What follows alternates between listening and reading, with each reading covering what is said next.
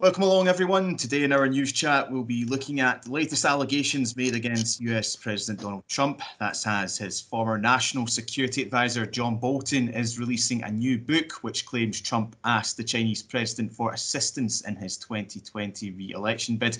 We'll also touch on the issues of Brexit, as there is uncertainty surrounding the transition period.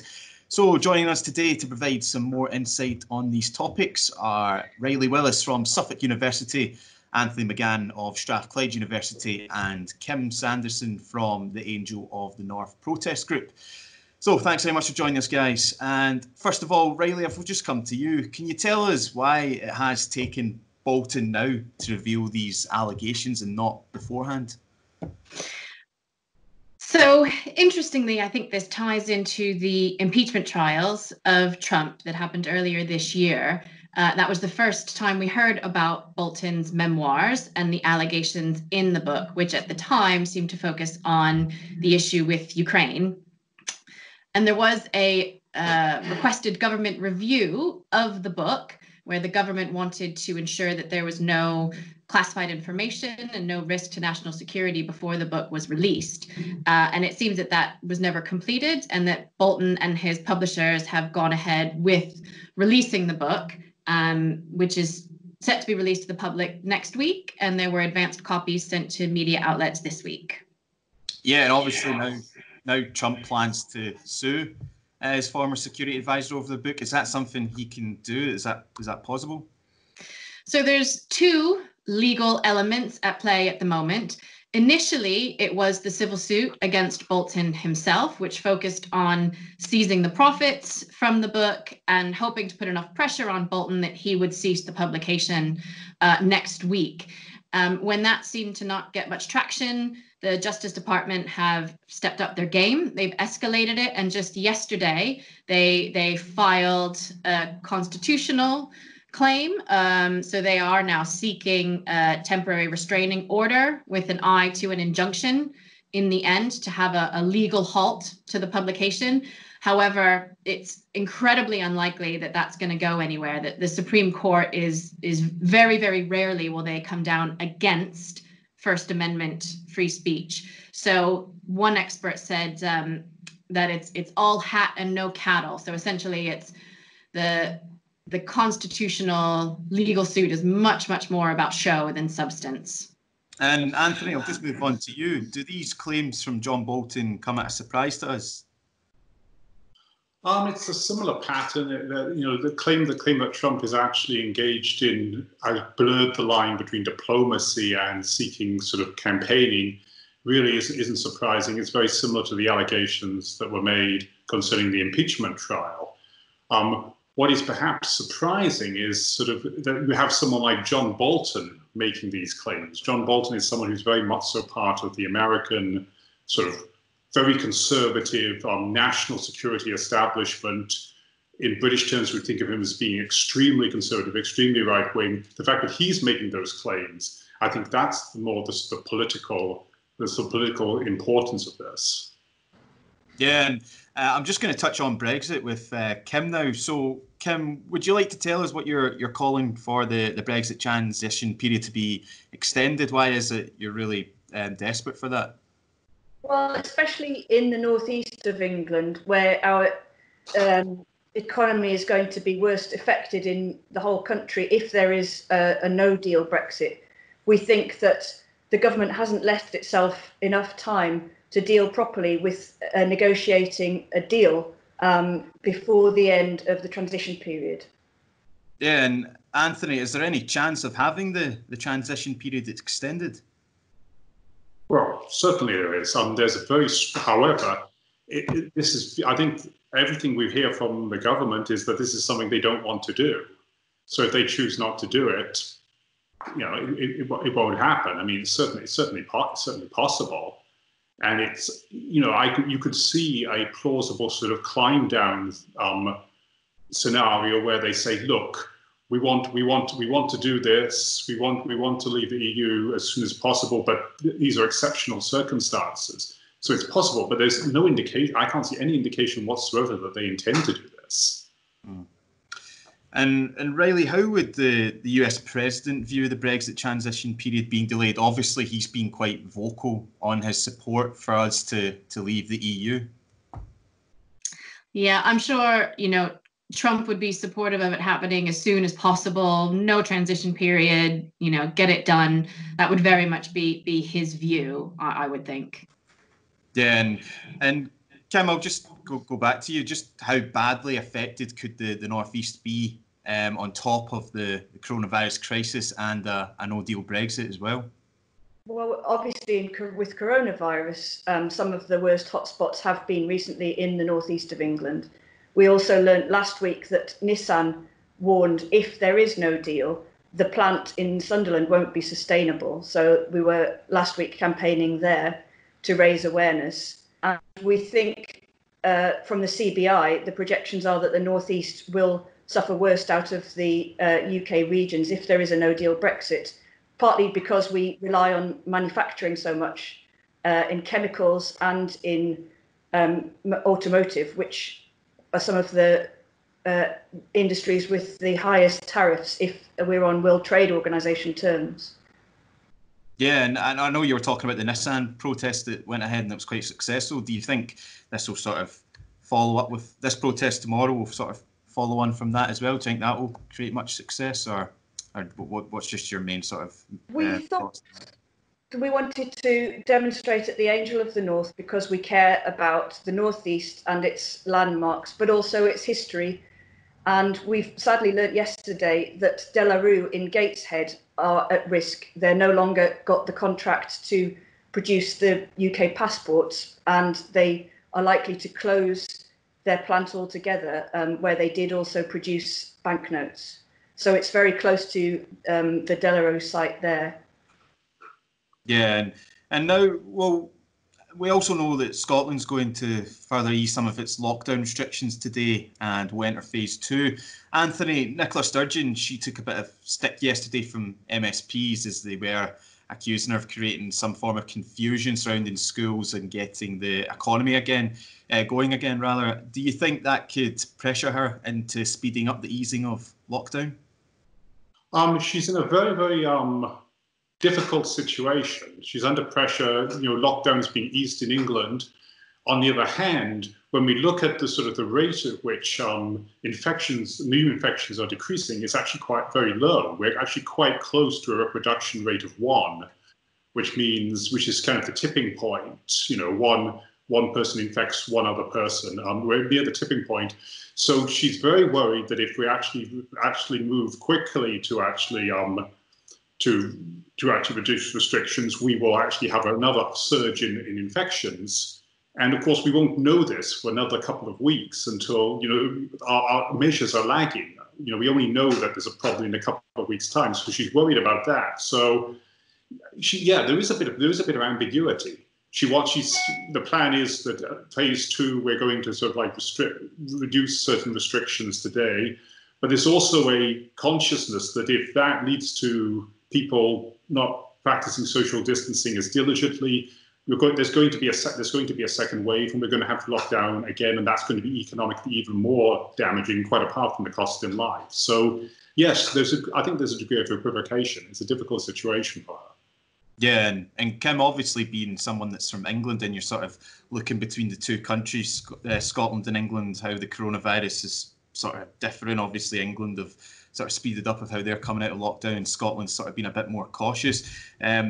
Do you have a sort of viewpoint on that? What sort of side of the fence you would rather be, just so you feel a lot more safe? I haven't taken account of the coronavirus impact, apart from on our protests, where we've been careful to socially distance.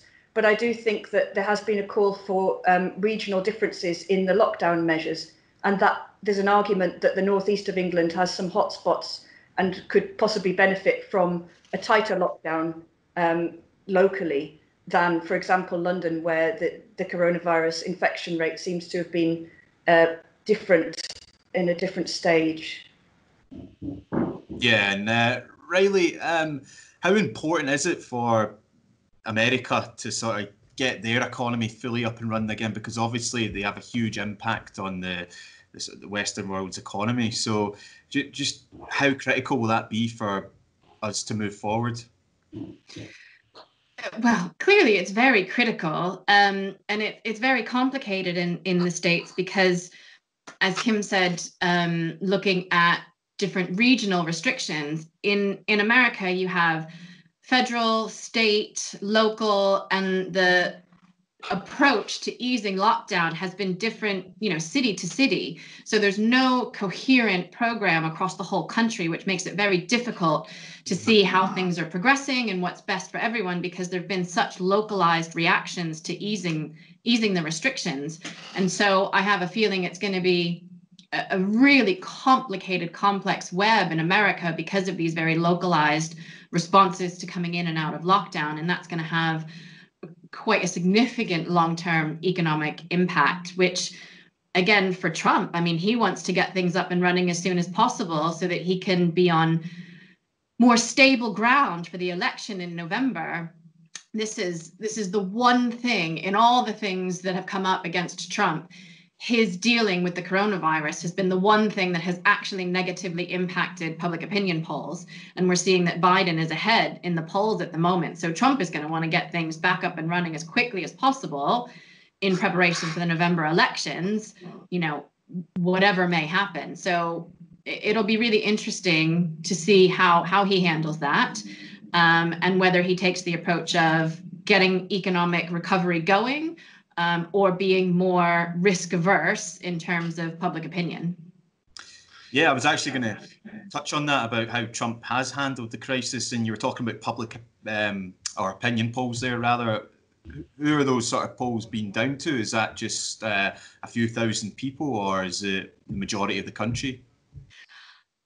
I mean, with opinion polls, it's always difficult to say, but my read of it is that it is the majority of the country. And that there is genuine disappointment, outrage, anger at the handling of the situation. And that, again, finally, given all the allegations against Trump over all the years, this is the one thing that seems to have universal negative attention.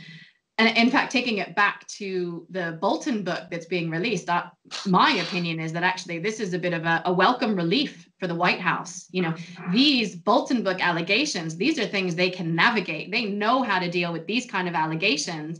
And I think they're going to stretch this out as long as possible, because it is such a welcome relief from the negative opinion polls and the negative media coverage of the handling of COVID-19, that they can't seem to handle. These kinds of allegations, they don't impact Trump's public opinion polls. So I have a feeling the White House is going to be pushing coverage of the Bolton book for quite some time, just to step away from the negative coronavirus coverage for a little while. Yeah, and Anthony, I've always been kind of sort of following Trump's his messaging and his body language when he's doing press conferences and things like that, and he never seems to wear a face mask. Can you sort of comment on why that may be? Why is it he sort of refuses to wear one? I don't know, honestly. Partially, it's sort of a desire to project an image of strength and assurance, and if you wear a face mask, you're admitting that something's a crisis. It's a question. I think it's a question of style as much as anything. Wanting to project himself as a strong leader. He's no longer taking a position that there isn't a problem. He can't take that position. In the early days, refusing to take precautions was a way of saying, no, this is not as big a problem as you all think. Relax. It's no longer that for him. But it's really, it's a desire. It's all about optics, a desire to sort of present strength. The amazing thing that I find actually about the polls is that Trump is not further behind. Actually, his base seems to be, a lot of his base seems to be actually holding up surprisingly well, given the amount of negative performance and the degree that he's now being criticized by people who are really, one of the amazing things over the last 3 years is a lot of conservatives, especially in the Senate, have stuck by Trump. They stuck by him through the impeachment. And, he wasn't, basically you have a polarized country, liberals versus conservatives. in recent weeks, recent months, you had a considerable number of conservatives, very prominent conservative people connected with the military, like Jim Mattis, and John Bolton, who have come out and criticized Trump. And I can see why Trump would want to sort of keep this in the news, because it's better for him than sort of COVID-19 coverage. But it's also really dangerous, because these are people who are respected by the people he needs to support him. So. Yeah, and Kim, I'll just go back to yourself. Obviously, you were talking about the Northeast, how it's sort of been really badly affected at the moment in England to some other regions in the country. And you were saying there that it would make more sense if there was a tighter lockdown there. Do you think that's something that the government should consider? I think it's very difficult if you don't have the accurate data on, and for example, an app which is up and running, which would be able to inform people what's going on in their local area. Unfortunately, the hotspots are very localized. I know that Northumberland in general has not had a lot of infections, but there's a large hotspot that I saw on the map recently, just in a couple of villages. But we know that in the UK, there have been lags in reporting the data and in test results coming out. I'm not convinced that the data is accurate and up to date enough to really be able to enforce the localized lockdowns, and also the communications with people aren't yet established. Mm-hmm. Yeah, and just obviously we want to get the economy up back and running to save jobs, and that's the whole purpose of the protest that you're carrying out. So just the sort of longer we are in lockdown, the harder it will be to save jobs, unfortunately. So is that a risk that you're willing to take? The risk of opening up the economy again? Yeah. As protesters, we've been very careful to abide by the rules, and we're not campaigning for opening up the lockdown. In fact, what we're saying is that at the moment, it makes sense to pause transition, to concentrate on coronavirus and sorting out the UK's response to that, making sure that the government's on top of that, rather than diverting resources to the Brexit process, which also needs handling properly, but perhaps could be handled at a later time. Yeah, and Rayleigh, how is it in the Suffolk front? Obviously, I saw that quite a lot of the high streets were reopening on Monday. Is that being sort of warmly welcomed, or are people still a lot more cautious? I think it's very individual level responses, and I think every person you speak to will have a different perspective on what we need to do, what risks we're willing to take, what takes priority. So I think it's still a very, very piecemeal individual level response to things starting to open up again. Yeah, and Anthony, I saw the quite shocking figures about Scotland's economy yesterday. And that obviously does really concern people, that if that continues, then it'll just get worse. So obviously, as we were touching on earlier, Nicola Sturgeon and the government in Scotland do need to get things back up and running, surely. Well, there's a danger of a sort of a damned if you don't, damned if you don't, damned if you do, damned if you don't sort of situation. If you actually open quickly and you get a major second wave, everything has to lock down again, and that's even more destructive economically. So the idea that there's a trade-off between fighting COVID and helping the economy, getting the economy going together, is a bit of a false dichotomy. It's a question of how you manage to actually get things open without actually creating a second wave, and what you want to open, and how you develop the testing and tracing system. So yeah, that's the dilemma I think Nicola Sturgeon is facing. Yeah, and Kim, I'll just go back to you, talking about your protest tomorrow. So just how sort of highly attended will that be? Is there quite a lot of people going to it, or? We've decided, we looked at the government's guidelines. They say 6 people can gather. So we decided that 6 people would gather.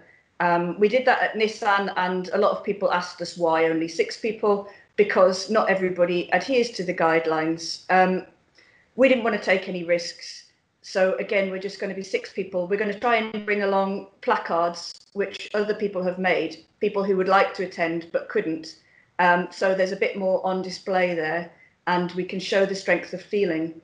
But in usual times, we've had protests in Newcastle with hundreds of people, and I'm sure if there weren't restrictions, then there would be a lot of local feeling and people would be out demonstrating with us. Yeah, and just talking about Brexit as well, obviously the coronavirus pandemic has sort of delayed proceedings of how they were planning on finishing the transition period at the end of December. But how do you think it's just been handled in general, Brexit? I mean, I think quite a lot of people do agree that it's been a bit of a mess, but from your own perspective, and obviously a company that you're trying to sort of save, how do you think it's been handled? Well, I suppose I can speak for myself as a small business person as well. I'm a freelance translator, and throughout the Brexit process, I've been looking for guidance as to how my business, which is a service business, will be affected by Brexit. And that requires me to know what type of Brexit we're going to have. And I've been told on several occasions that we will Brexit on a certain date. For example, 31st of October, I attended a seminar for businesses about preparing for Brexit on the 31st of October last year, which basically told us lots about if there was a no-deal Brexit, what the WTO terms would say for goods, and nothing about services. And in fact, Brexit didn't happen on that date anyway. So I think that one of the real difficulties is that businesses which want to prepare don't know how to prepare because we don't know what type of Brexit there's going to be. Meanwhile, our customers are sometimes asking us what the terms will be for trading in a few months' time, and we're not always able to tell them. So it's really tricky to deal with Brexit. Even if you agree with it going ahead, it's very difficult for businesses to adjust to it. And I think the last straw really is coronavirus, which people are having to deal with right now on an ongoing basis, with regulations changing at the drop of a hat. And then on top of that, to try and prepare for something which you don't know what it is too much. Yeah, and Reilly, I'm just going to touch on the travel ban that the Trump administration has in place for obviously Europe and the UK. Is it still aren't allowed into the country? How long is that going to continue? Do you know? No, I don't know. I don't have a good feeling for that. I think that's just part and parcel of how things are going at the moment, both there and here, is everything is so reactive that there's, just as Kim was saying, on all fronts, there's a complete and total lack of long-term planning. So people aren't able to function, and people aren't able to get on with work and business and plans and life because we just don't know. There's such a significant lack of coherent long-term planning around all of these issues that we just don't know. Yeah. And that obviously, I remember at the time when Trump did announce that, the stock market sort of went a bit funny. So, and obviously Trump's sort of campaign is built on having such a strong economy. So surely he does need to look at something about that because it is affecting the economy. Yeah, absolutely. But similar to, he doesn't know where he's going with things at the moment. And one decision has a knock-on effect to another, to another, to another. And it's a bit of a house of cards. So while there's certainly a lot of strong arguments for lifting bans and letting things get back to a more active state, certainly economically, you've also, you've got other battles going on which are going to force him not to do that. So you just have no idea which way he's going to go with things or when he's going to do it, or if there's going to be a lifting of the ban and then a reinstating of the ban. That's not outside the realm of possibilities either. Yeah, and Anthony, I actually raised this question the other day with another politics lecturer I was interviewing. So basically, the question that I asked was, it was when Boris Johnson did a U-turn on the free school meal scheme. Now, that's twice he's sort of gone back on something that he wanted to carry through, but has gone back on it, and he's no longer going through with it. So, could you imagine Donald Trump doing something like that, sort of listening to a campaigner like Marcus Rashford and then changing his mind on it? Oh, I think absolutely. I mean, the policy to go towards coronavirus has flipped all over the place. I agree completely that there isn't a sort of a long-term plan. This is completely reactive. In a sense, maybe it has to be. Yeah, I could see. I don't think there's any position that is necessarily sort of fixed. Trump, I mean, the thing that characterizes Trump's and I think many other populists is their extreme versatility. In foreign policy, Trump has jumped all over the place in terms of relations with places like China, South Korea. You know, one day they're the incarnation of evil, another day they're people we can do business with. So, yeah, I can see Trump being very versatile. Yeah, and Kim, I'll just go to yourself as someone that is a freelancer and working for yourself. Do you think you've had sort of clear guidance during this coronavirus period of when things will sort of get better? Do you know where you sort of stand? We've had help. If you're a self-employed and you've submitted accounts for the previous 3 tax years, you've had support from the UK government in terms of the 80% of your income, and there'll be another scheme which will be 70% of your income for 3-month periods. So that's welcome support for people who've been up and running long enough to have submitted those accounts. I think even if you've just got 1 year's accounts, you're eligible for the support. So I've had support. I'm not sure that there's much in the way of forward planning that could be done. And to be fair, nobody really knows what's going to happen to the economy. And so, especially for the services industry, it's difficult to know how our customers are going to survive and how much money they're going to have to pay for services. Yeah. Sorry, I was just going to say, what's the sort of worst case scenario for you if a no deal, if the Brexit transition isn't extended and there is a no deal? Can you just explain how hard hitting that will be? Well, I've talked about the manufacturing industries. So that Nissan have said, for example, I think the tariff on cars would be 10%, so that their product from one day to the next would be 10% more expensive to sell into the EU, which they've said would make their plant not sustainable. Similarly, colleagues who charge VAT are not sure in a no-deal Brexit scenario whether their customers in the EU will be able to reclaim VAT as they can now under the scheme which applies in the EU.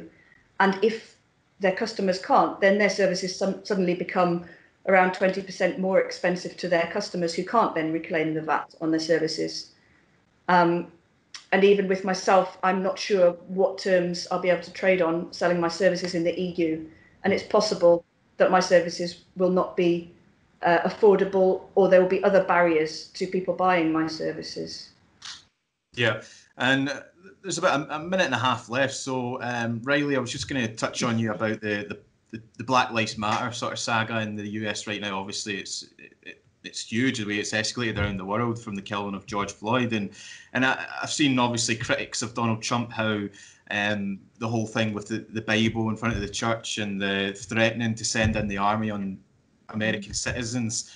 How sort of what is the sort of general consensus people are thinking about how it has been handled? Well, as with anything, it's completely polarized. This is right down the middle here, splitting the country into two. You have people who think, obviously you have the protesters who are outraged about what happened in the Black Lives Matter movement in its strength in numbers and globally, and there's equally a counter group who has a discourse that's very strongly saying, no, there's no problem and Trump is fine, and this is not a big deal necessarily. So it's very polarizing, and it's very split down the middle, but it's not the first time that this has happened. So it'll be very telling to see if there's any long-term meaningful change, or if this is just another trending hashtag for now that'll be forgotten in a few months' time.